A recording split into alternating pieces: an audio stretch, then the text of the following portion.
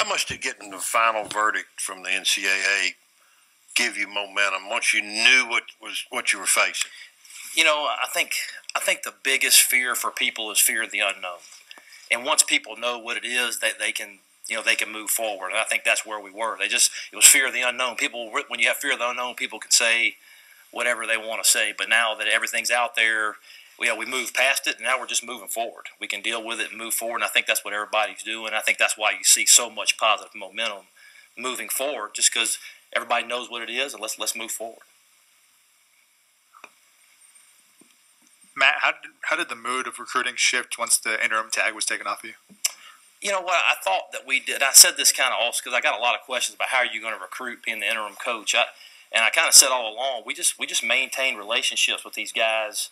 And again, Ole Miss sells itself. People that come visit here want to come to Ole Miss. So all you had to do was stay within striking distance on some guys. And as soon as it was time to go, and the fear of the unknown, no different than the sanctions, that once that was removed, I think people were excited. So, I just think staying in striking distance, and when it was removed, they knew it was happening. I think some people were excited.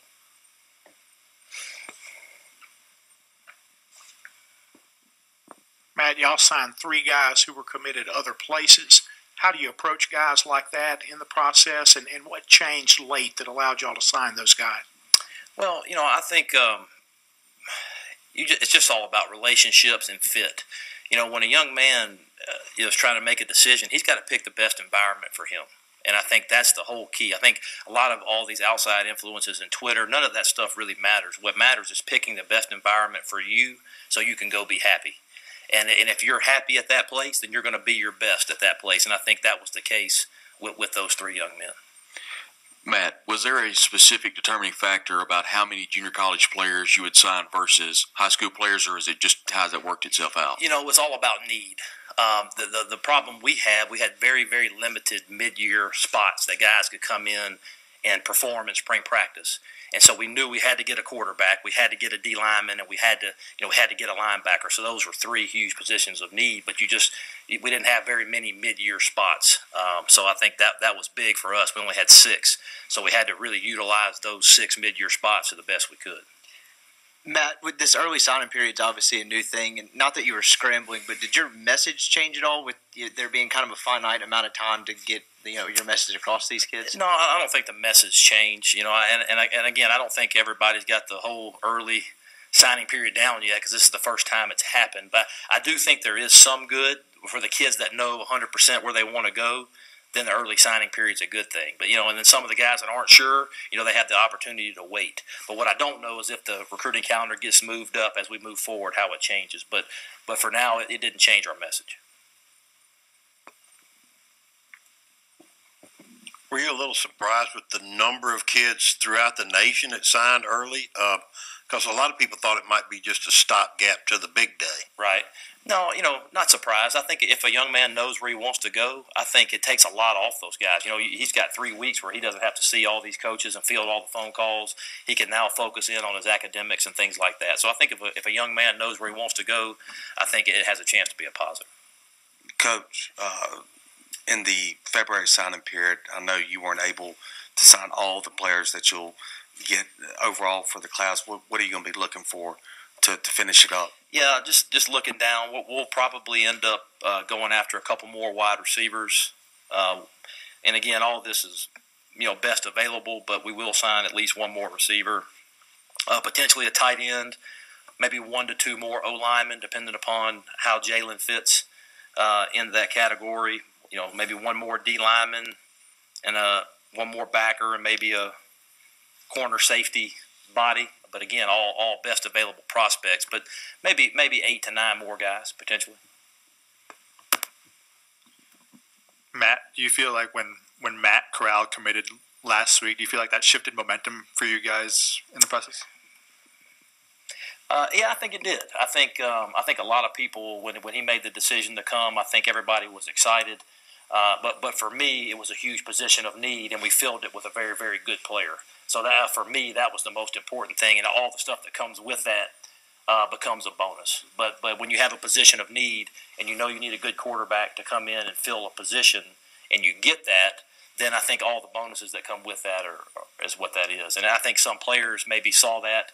And, if you're a receiver and you see a quarterback, I think it helps, no doubt. Do you feel like you guys next year will be able to best address linebackers with development of the young kids, or do you expect some of these signees to play quickly? I think when you sign a mid-year guy to come in, you expect those guys to come in and contribute quickly. But the answer is both. We'd like to keep developing the young guys and then bring in some guys to help and to create competition.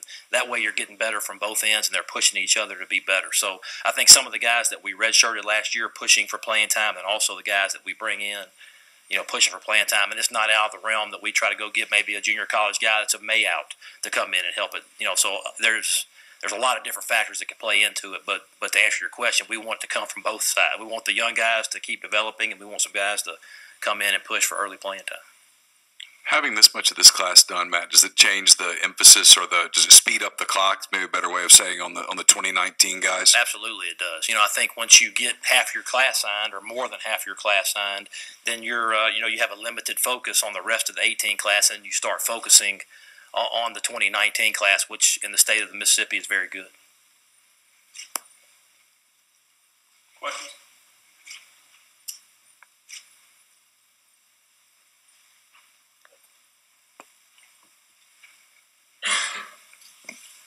Coach, in particular with you, but also schools around the country, I know you can only speak for your staff, but the guys that did not sign, that were committed, what do you do with them from here? You just keep recruiting. That's the thing. It does. To me, it's no different. This is just the guys that were committed and signed, and you got them. Then you focus on the guys that aren't. So you treat them the same. You just go after them. You keep recruiting. If you want them, you go after them just like normal. So as far as us, it's going to be business as usual as far as recruiting and going after these guys, just like a normal February signing period. Coach, will you clarify what you said earlier that you might be able to sign 8 or 9 more? We were kind of under the impression that 21 was your limit. Yeah, I think we could get to 22, potentially 23. How? I thought the penalties. No, we're at the number of 81, but yeah, we have potentially 8 to 9 more left. Any more questions? Matt, this is your first signing day as a head coach. Just how did it feel going through that the first time? You just wanted to see those names come across the fax, but it was all really.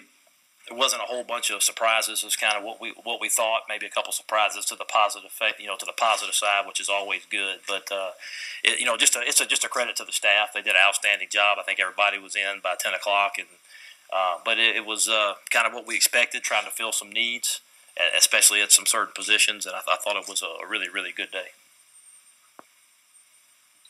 All right, Dave, we'll do that.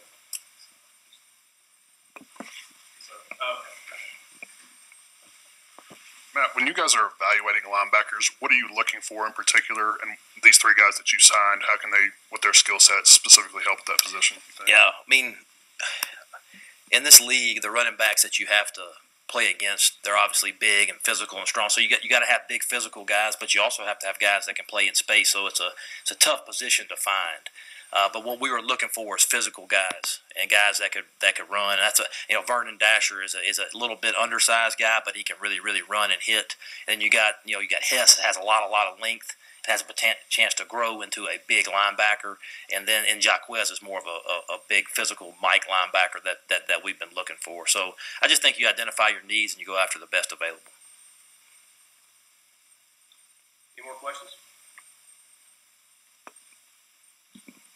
How does James Williams fit with you guys on the defensive line? You know what? He is an unbelievable athlete. I think Coach Nix just got back from watching him play basketball, and he can play a bunch of different positions. He can be a rush end. He can play inside. There's a lot of comparisons to Breland Speaks just because they're from the same school. But just a tremendous athlete and a tremendous player, and has just a lot of upside as a pass rusher and a run stopper. Right? He can kind of fit in a bunch of different spots. That's what's so intriguing about him, is his versatility.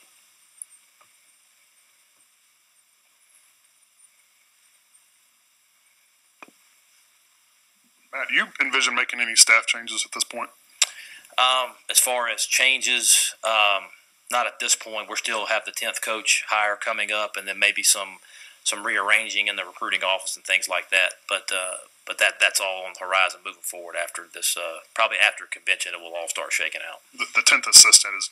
You know exactly what role you'll hire him. He's going to be on defense. I'm not going to put myself into a certain position just yet because there's a couple of different ways I could go with it based on the guy that I want to go after. I